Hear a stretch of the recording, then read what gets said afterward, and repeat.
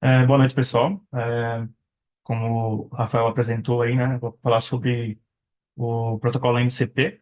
Então, só para me apresentar, né, eu sou pesquisador, tanto no meu trabalho quanto na universidade. Hoje eu faço mestrado em ciência da computação, na área de IA. Tenho trabalhado muito com processamento de linguagem natural e, obviamente, com LLMs por ser o estado da arte, né? Então, é, vocês estavam fora da bolha de vocês, por esses tempos. Eu venho visto muito sobre Model Context Protocol, né? Mas antes de eu definir o que é, né, a gente precisa entender um pouco qual era o cenário antes da criação do MCP, né? E por que a Anthropic criou esse protocolo. Então, nesse ecossistema, né, de criação de aplicações que vão interagir com modelos, né, de linguagem, existia a necessidade de, para cada aplicação, para cada tipo de serviço, você fazer uma customização nessa integração. Então, cada sistema, cada serviço precisava de uma integração customizada para poder fazer essa junção entre as duas coisas, né? E aí a gente entra nesse cenário, né, num problema de interoperabilidade, né? Então, considerando que a gente tem muitos provedores de modelos, né, e muitos serviços para serem integrados, a gente entra num problema chamado de N por N connections, né? Então, N seria o número de serviços, que são, enfim, infinitos, né? E o número de modelos, né? Então, em escala, né, que a gente pensa ainda no crescimento dessas ferramentas, desses modelos, a gente tem um nível de complexidade para integrar muito grande, né? E quando a gente encontra com esse problema de interoperabilidade, né, de ter que ter muitas integrações, geralmente a gente cai na solução que é criar um padrão, né? E aí, nesse sentido, a Anthropic, ela cria o protocolo MCP, né? A ideia é que você crie um protocolo aberto, né, que tanto os serviços que têm integrado o LLMs consigam entender esse protocolo, quanto as ferramentas consigam expor suas funcionalidades através desse protocolo. Então, ah, você consegue criar hoje, né, com esse protocolo, agentes, né, e workflows mais completos, né? Ah, e aí, né, nessa pegada, né, a Anthropic ela faz uma analogia, né, se vocês entenderem, com o USB-C, né? Então, por isso que na capa dessa apresentação eu coloquei a imagem do USB-C, porque da mesma forma que o USB-C, né, ele padroniza na conexão de dispositivos e acessórios, né, criando uma entrada única, por assim dizer, o protocolo MCP ele tem essa mesma proposta, né? Então, se estabelece um padrão onde os serviços vão expor essas funcionalidades para servir de contexto para LLM, e ambos os lados eles conseguem ter esse entendimento, né? Bom, definido, né, o que é o padrão, né, o protocolo, eu vou entrar um pouco mais a fundo sobre a arquitetura geral, né, do protocolo MCP. Então, aí nessa imagem eu coloquei duas regiões, né, Your Computer, seria o local, né, e servidores remotos, né. E a gente tem alguns componentes importantes aqui que fazem parte do, do ecossistema do MCP. Então, a gente tem um MCP host, que nesse caso aqui eu representei pelo Cloud Desktop, mas poderia ser qualquer ferramenta, por exemplo, o IDE, que integra com modelos como o próprio Cursor, né? Em breve, a OpenAI também vai suportar o uso de MCP. A Google anunciou recentemente também que vai adotar esse padrão, né? Então, logo, logo a gente vai ter acesso a essas funcionalidades também nessas empresas, né? No serviço dessas empresas. A gente tem o MCP Client, né, que é uma implementação que o MCP Host faz para conseguir ter essa comunicação com o MCP Servers, né? Então, o MCP Client, ele consegue interagir com o MCP Servers, receber informações de dados do MCP Server e também fazer o gerenciamento, né, do uso de ferramentas para o próprio modelo, né? O modelo por si só, né, sozinho ele não consegue fazer execuções de chamadas, né? Então, você precisa de uma integração com um manipulador dessas ferramentas para que ele consiga fazer essas execuções de funcionalidades, de funções. Ah, a gente tem também aqui o MCP Server, né? Que, olhando para o nosso cenário aqui de desenvolvedores, né? Seria o que a gente mais se preocuparia, né? A gente vai, na maior parte dos casos, criar servidores MCP para expor funcionalidades, para expor integrações com os nossos serviços ou sistemas, ou até mesmo para a gente usar, né? Ah, e nós temos, eu coloquei aqui local data sources, né? Onde é possível você fazer interações, né, com serviços e serviços externos. Então, a ideia é a seguinte, pessoal. Ah, a partir de um MCP host, né? A ideia é que, utilizando o protocolo MCP, você consiga interagir com esses múltiplos servers para tanto interagir com os serviços que estão rodando localmente na tua máquina ou consumir APIs externas, né? Nesse caso, eu coloquei acesso ao Google Drive, mas é qualquer tipo de serviço que seja externo. Então, isso no nosso cenário hoje abre portas para muitas coisas, né? A gente consegue criar um conjunto de ferramentas bem poderosas, assim. E aí, né, eu trouxe aqui, olhando um pouco mais para partes específicas, né? Falando só um pouco mais sobre o MCP Client e MCP Server. O MCP Server, né, ele traz para esse sistema três primitivas, né, que a Anthropic chama, que são os prompts, os recursos, os resources e as tools, né? Os prompts seriam realmente prompts que a gente conhece, que a gente tem trabalhado hoje em dia, né? Que seria templates, né, de textos para determinadas ações. Então, vamos supor que tu queira ter um prompt para fazer refactoring no código, ou um prompt para fazer resumos de textos, né? E aí você cria, predefine esses templates, né?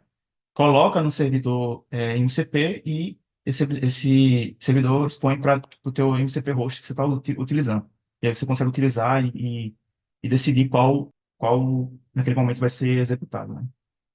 Os resources seriam arquivos ou qualquer tipo de dado, né, na maior parte das vezes estáticos, que você querer expor para o contexto do modelo e ele possa ter acesso e a partir desse acesso ele conseguir aumentar a precisão ou melhorar as suas respostas.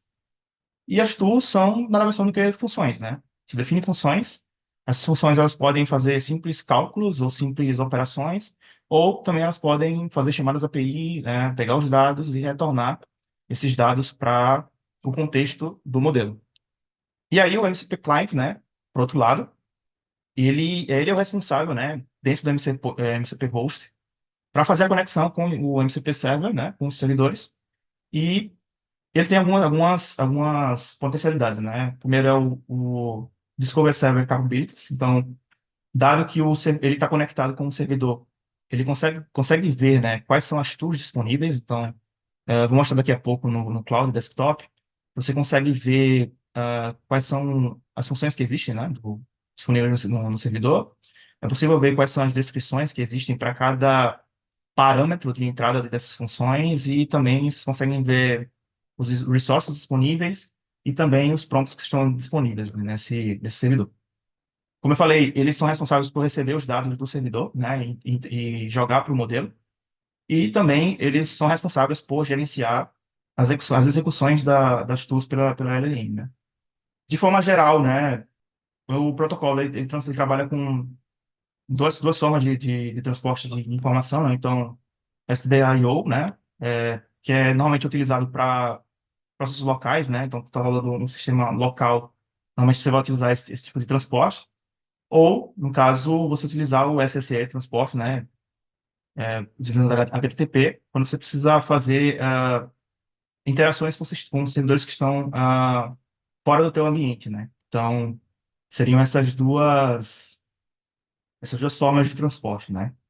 Então, eu tentei aqui resumir, né? Eu falei rápido por causa do tempo, mas porque eu quero também mostrar na prática, né, como acontecem as coisas. Mas, Valdemar, se vocês querem comentar em cima do que eu falei aqui, né? Porque nessa pequena passagem que eu fiz aqui, eu dei uma visão geral de tudo realmente que existe da documentação, assim, do servidor do protocolo MCP, né? Não, Dos cara, pontos iniciais. eu acho que é bacana tu fazer mostrar teu exemplo ali e tal. Código que aí se a galera tiver alguma dúvida, pode mandar aqui nos chats também, tá tranquilo. Perfeito. Então, deixa eu compartilhar aqui para vocês uma outra tela aqui. Só um instante. Tá, vamos lá. Como eu falei, né? Quando a gente vai criar um servidor MCP, a gente tem três componentes, né? Que são as tools, os resources e os prompts, né? Então, qual foi a ideia aqui, né? De exemplo simples, né? Eu criei uma tool, né? Para buscar um perfil do GitHub, né? Uma simples chamada, API do GitHub. E a gente passa como parâmetro, né? Para essa ferramenta, qual seria o ID, o username do usuário do GitHub. E a ideia é que o Cloud Desktop, né, o modelo lá, ele consiga ter acesso a essa tool, consiga identificar quais são os parâmetros e quais são as saídas, e a partir do que você dá, ele chamar essa tool, né? Eu também defini um prompt, né, que a partir do profile você vai conseguir gerar um relatório, né? Ele vai fazer uma análise, né, mais organizada com base naquilo que eu estabelecer. E também, resources aqui, eu apontei aqui apenas para um arquivo que está no na minha pasta aqui, para que ele consiga também ter acesso a essas informações, certo? Antes de eu mostrar aqui o próprio Cloud Desktop, eu queria mostrar uma ferramenta bem bacana, assim, para quem, até para divulgar, né, o servidor. Então, tem essa ferramenta que é chamada de MCP Inspector, bem simples de executar. Então, dado que tu tenha um projeto feito nesse caso que eu estou usando o FastMCP, você consegue rodar ali um comando esse npx model context protocol barra inspector, e aí tu roda o comando para para executar o servidor. Então, na interface ele dá a possibilidade de listar quais são os recursos que você tem. Então, aqui eu tenho aquele arquivo que eu apontei, né? A gente tem a lista de prompts, né? E também a lista de tools, então, que seria apenas um exemplo simples, né? Que aí você consegue até ah, pesquisar aqui e fazer a requisição. Então, eu coloquei o meu perfil, né? E aí, esse aqui seria o retorno da requisição, e esse retorno aqui seria passado para próprio contexto da LLM. Aqui essa aqui é a interface do Cloud Desktop, não sei se todos usam, né? Normalmente a gente, ah, antes de fazer qualquer coisa, a gente configura, pensa aqui na interface, qual seria o destino, né? O caminho para o arquivo que a gente que a gente implementou. E quando a gente abre o Cloud Desktop, a gente consegue ver aqui nessa caixa de ferramentas as tools que estão disponíveis, né? Nesse caso aqui, eu coloquei Live no nome do servidor e tem esse GitHub Profile aqui. Então, fazendo um teste básico aqui, eu vou buscar informações sobre o perfil GitHub LS.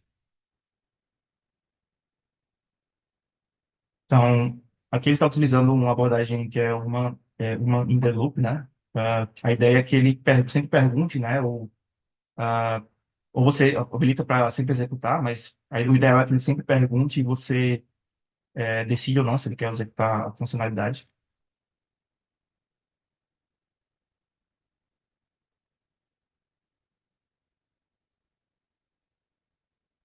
Aqui ele basicamente fez a chamada, né, recebeu os resultados e conseguiu processar aquelas informações. Hum, quanto que deu de tempo, vou lá? Cara, em torno de 15 minutos já passou, mas se tu quiser concluir, Tá, tá de boa. não, a gente pode Tem abrir algumas perguntas, para pergunta, tá? sim. Vamos começar aqui pela pergunta do Kaique, então. É possível utilizar MCP com resources para ler código de repositórios do GitHub, Azure Repos e tal, e Sim. gerar novos códigos a partir dele? É possível daqui a pouco alimentar com código? sim, você tanto consegue colocar arquivos locais, quanto você consegue passar uma URL, né? Nesse caso, você aponta para um arquivo que está num servidor externo, né? Não sei se seria essa. Uhum. E no caso de um código, por exemplo, tu vai treinar com um código do GitHub, alguma coisa assim, um código específico, teria que baixar o código, talvez, algo do tipo, né? E aí, sei lá, se fosse no cloud aqui, enquanto ele está baixando, ele ia ficar parado e esperando, carregando, assim. Como é que funciona isso? Quando tem algo que demora para fazer tipo, a requisição do GitHub foi rápida, né? Se ela Uhum. demorasse, o que que aconteceria? Olha, em muitas situações ele dá um timeout, né? Eu já presenciei Entendi, situações onde ele dá um timeout, né? entendi.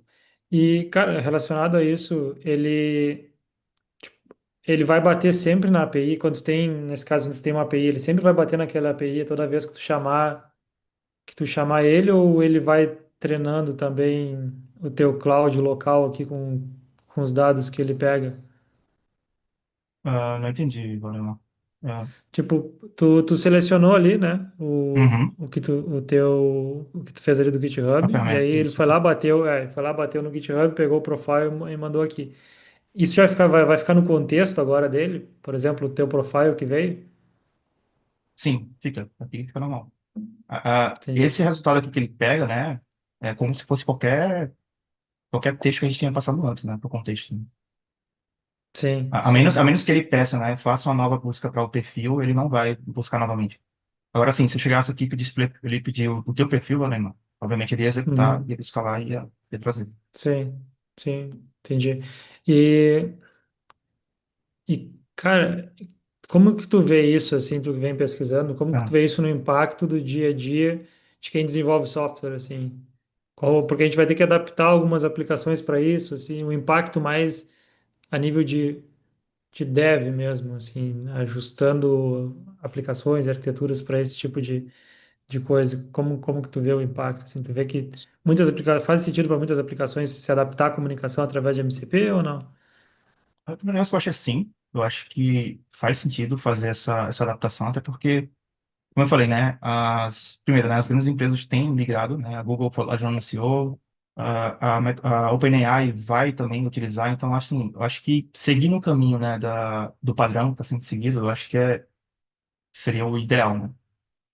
Obviamente, dependendo da aplicação, né, se for algo muito específico do teu uso, e você não vai expor isso para outras pessoas utilizarem, também talvez não seja necessário, sabe? Mas se tu tá Uhum. criando serviços para expor, né, para que outras pessoas consigam usar, acho que faz muito sentido você utilizar o padrão que está sendo estabelecido, né?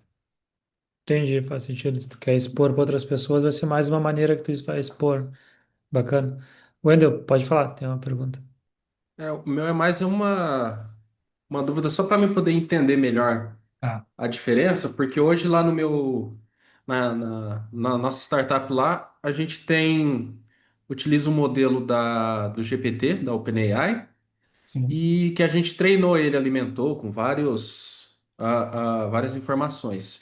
Mas, contextualizando rapidamente assim, a gente faz um web scrape de várias plataformas de vagas, Uhum. pega essas informações todas que a gente fez pelo web scrape, joga para esse modelo da OpenAI para ele pensar e retornar o resultado que a gente espera.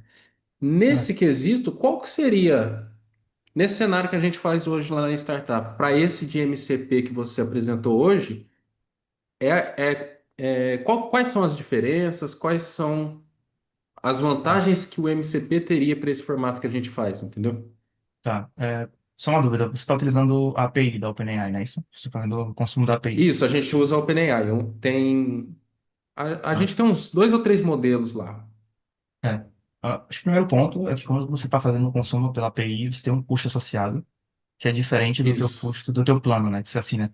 Então, A gente tem que lá, pôr crédito lá os e gasta créditos, tipo 40 cents para não sei quantos milhões isso. de E aí tokens, né? eles levam em consideração tokens, requests e tudo mais. Acho que uma das grandes Isso. vantagens de você utilizar, por exemplo, o MCP, né? É que aqui eu estou utilizando o meu plano do cloud, né? O ChatGPT. entendeu? Então, da abordagem que você Ah, estava tá. fazendo aí, você tem um custo diferente associado, entende? Acho que esse é Entendi, entendi. um dos pontos a ser considerados. Acho que o ponto principal é esse, não sei se eu te respondo a tua pergunta. Ah, Tá, aí nesse caso, tá. por exemplo, então do custo, lá a gente tem sim, tem custo de tokens gastos para fazer a requisição, tem os tokens que ela gasta para responder, né, do output. Nesse caso do MCP já é diferente, já não teria isso. Não Teria teria. só o do output. Então, por exemplo, né, eu pago o Cloud Desktop e eu acho que são R$ 110, né? E aí, dentro desse Uhum. plano Pro, eu posso utilizar à vontade, entende? É, Ah, tá. entendeu? Aqui a gente não está consumindo como se fosse fazendo uma chamada API, né? Então, o custo é diferente, né, associado. Não Certo. Saquei. sei se o Rafael quer me complementar também, mas pelo que eu entendi da tua pergunta, eu acho que... Porque eu acho que um comentário que eu fiquei pensando assim, no caso do Wendel, ele fez um software que usa Uhum, LLM, né? Então ele faz um processo usa LLM. Nesse caso a gente está Uhum. invertendo, né? A LLM chama um software específico, né? Então ela vai decidir, entre aspas, o que fazer. Então, no seu caso, que você quer fazer um processo que é determinístico, então você vai varrer X, Y, Z, acho que o ideal é você fazer o que você faz mesmo. Então você passa, faz o crawling, joga para uma LLM fazer o segundo passo. Quando você coloca no MCP, em geral, você pede algo e aí ela decide que é importante buscar esse recurso externo, né, nesse caso. Então, e acho que no seu caso, você já decidiu que esse recurso externo você precisa pegar essa informação, né, de qualquer jeito. Fazer o crawling, não existe uma alternativa, você tem que fazer o crawling, né? Uhum. Então, enfim, acho que tem essa diferença de quem inicia a ação, se é você ou se é a LLM, que no caso do MCP, você pede algo para a LLM e ela é a iniciação de chamada. Ah, saquei. Mais duas estão aqui já estão com a mão levantada. Então vamos aqui para do Kaique. O Kaique falou o seguinte, Renato, se puder dar uma lida ali, que é o seguinte, Ah, por exemplo, sim. desenvolvemos jornadas em front-end e elas seguem um design system específico. São muitas jornadas desenvolvidas, isso é muito conhecimento para LLM. Então, digamos que a próxima jornada, telas, front-end, por exemplo, que é o que vou gerar, mais do mesmo, um MCP poderia ler os repositórios desse código e sugerir os componentes do design system, reduzindo alucinações. Basicamente, bom, a gente vai mudar várias dessas coisas, tem como a gente usar um MCP para conectar vários repositórios, daqui a pouco é aplicar aquele design system para eles, no que vai mudar. Eu fiquei pensando qual o relacionamento que isso tem com os project links e tal no Cursor, assim, será que é similar a como o Cursor faz? Porque, assim, a ideia de trazer contexto junto, acho que já tem bastante ferramenta tentando resolver, né? Eu não sei se o MCP é o que resolve isso. não, acho que, pelo que eu entendi da tua pergunta, né, o desafio que ele está enfrentando é com a janela de contexto, né? Isso? Ele É, conseguir... conectar, conectar repositórios, basicamente. entendi. Fazer Ah, mudança entre vários repositórios seria. olha, você consegue, obviamente, expor os recursos, né? Você determinar quais são os recursos serem os repositórios, e aí você interagir com o Cloud aqui e pedir para ele fazer buscas. Mas, obviamente, aqui nessa interface específica, a gente não tem a mesma interface lá do curso, né? Que já tem essa. Uhum. Mas eu acho que sim, Valdemar. Se você direcionar as ferramentas e os recursos lá no servidor MCP, você consegue fazer algo bastante parecido, assim. Ah, uma coisa ele falou, né, que eu fiquei pensando, é se a dúvida dele tem relação também com a questão do contexto, né, da janela de contexto ou não. Eu não estou conseguindo ver aqui o comentário, desculpa, pessoal. Ah, Deixa eu ver se eu consigo aqui abrir. Perdão, tá?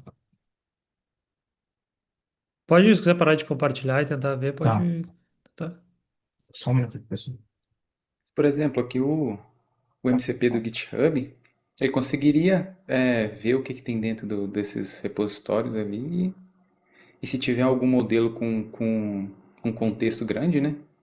tipo um Gemini 2.5 lá que tem 1 milhão de Consegui aqui. tokens, Ah, conseguiria ler todos os arquivos ali. E assim alucinar menos. Tem o tamanho do input, né? Acho que eu entendi aqui, tá? Vamos lá. De fato, tem relação, a pergunta tem relação com o cenário de contexto, né?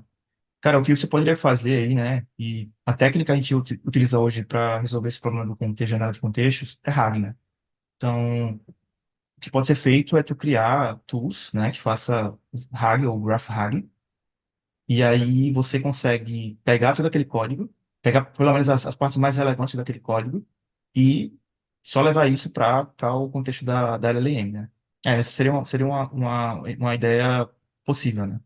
Então, porque no processo de RAG, né, você faz uma busca por similaridade semântica, né? E aí tu vai buscar apenas o que é essencial. Então, dado que tu não queira que a LLM pegue todo o código, né, as linhas de código, ela vai pegar apenas o essencial, se você utilizar essa abordagem de RAG, né? É o mesmo que a gente tem feito antes do MCP, tá, pessoal? Essa capacidade de integrar ferramentas com o modelo já acontecia. Por exemplo, se você utilizar LangChain ou LangGraph, você consegue fazer isso. É a mesma ideia. A utilização do MCP é uma forma de você expor de forma padronizada para que qualquer pessoa consiga ter acesso a essas ferramentas, né? Boa, boa. Valeu. Galera, Gessano, manda tua pergunta no chat, por favor, senão a gente vai ficar sem tempo. E aí o Renato pode seguir respondendo ali, pode ser, Renato?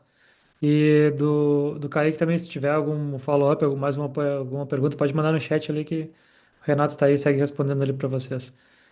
Valeu, galera.